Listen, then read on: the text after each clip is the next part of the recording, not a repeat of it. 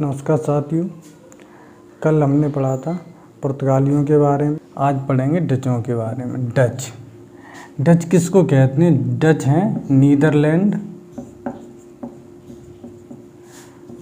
या Holland. Netherlands Holland एक ही देश का उपनाम है के निवासी हैं। ठीक, आपसे पूछ ले डच कौन है, तो डच हॉलैंड या नीदरलैंड के निवासियों को डच कहते हैं। तो भारत आने वाला प्रथम डच यात्री कॉर्नेलियस डी हाउटमैन था। तो 1595-96 में कॉर्नेलियस डी हाउटमैन भारत आने वाला प्रथम डच यात्री था। जब ये पहला डच यात्री था, इसके बाद ये यहाँ से लौट के हॉलैंड में वापस गया, तो इसने वहाँ की संसद को बताया कि भारत के साथ व्यापार करने में असीम फ़ायदे हैं। जब असीम फ़ायदे हैं तो क्यों ना हमको एक कंपनी बनानी चाहिए जो पूर्व के देशों में जाके व्यापार करे। तो डच संसद ने 1602 में एक कंपनी की स्थापना की।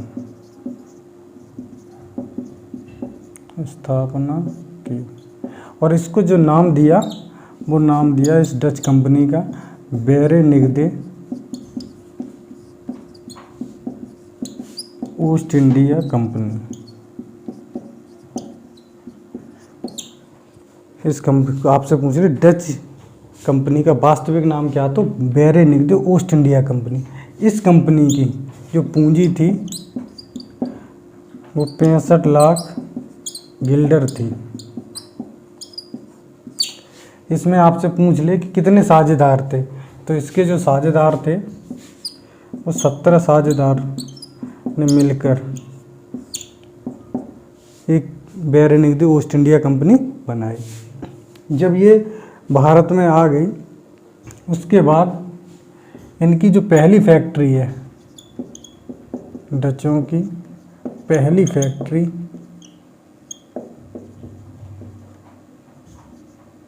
1605 में मसूलीपट्टनम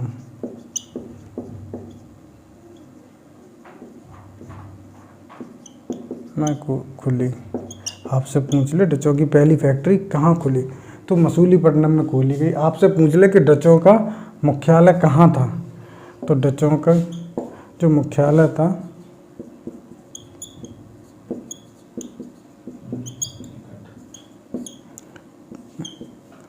पुलीकट में था, लेकिन पुलीकट से आगे चेंज होकर नागपट्टनम में हो गया।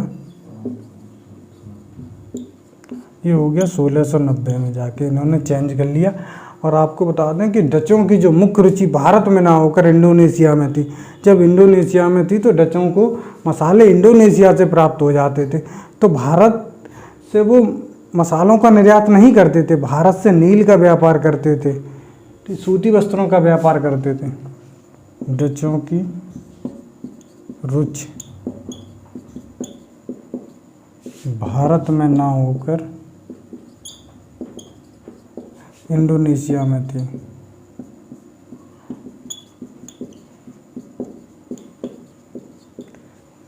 अब आपसे जब इंडोनेशिया में थी तो डच, एक और पॉइंट कर लो, डच भारत से सूती वस्त्र नील का निर्यात करते थे। किसका निर्यात करते थे? सूती वस्त्र और नील का। ठीक, अब इसके बाद डचों ने 1605 में डचों ने इंडोनेशिया के द्वीप अम्बियाना को पुर्तगालियों से जीता। आपसे पूछ ले कि पुर्तगालियों से अम्बियाना कब उन्होंने कब्जाया, तो 1605 में। 1613 में डचों ने जकार्ता को जीतकर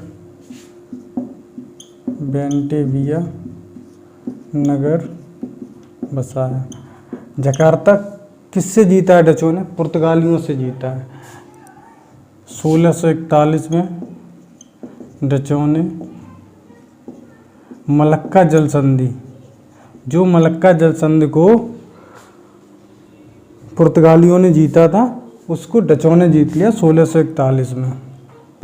जल संधि पर कब्जा कर लिया और डचों ने ही 1658 में श्रीलंका को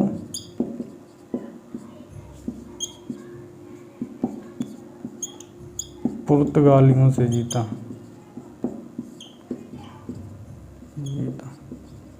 अब आपसे कोई पूछ ले कि डच थे वो पुलिगढ़ से किसका व्यापार करते थे? सूती वस्त्रों का, सूती वस्त्रों का बारूद का तथा मसूलीपट्टनम से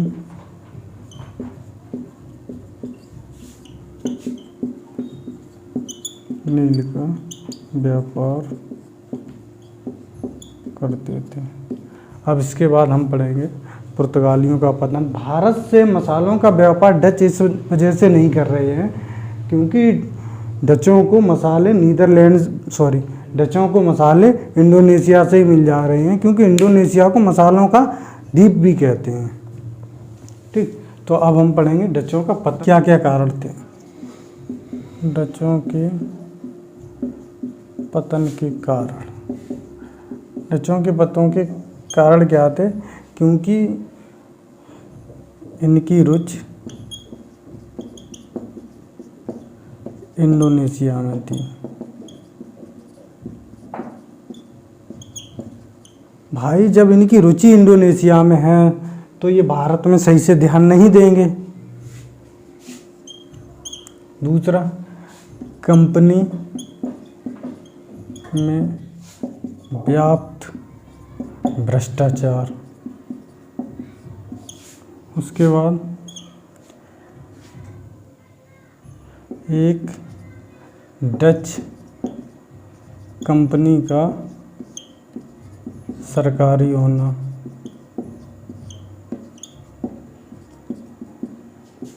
अगला 1759 में बेदरा के युद्ध में, ये बेदरा पड़ता है बंगाल में, युद्ध में EIC ने पराजित कर दिया। आपसे कोई पूछ ले कि डचों का पतन भारत में कैसे हुआ, तो 1759 में बेदरा का युद्ध हुआ। 1759 में बेदरा के युद्ध में EIC ने पराजित कर दिया डचों की कंपनी को। ये बेदरा पड़ता है बंगाल में। उसके बाद भारत से डचों की जो शक्ति है वो समाप्त हो गई। अगर आपको वीडियो अच्छी लगी हो तो लाइक तथा शेयर करें और चैनल को सब्सक्राइब करें। धन्यवाद।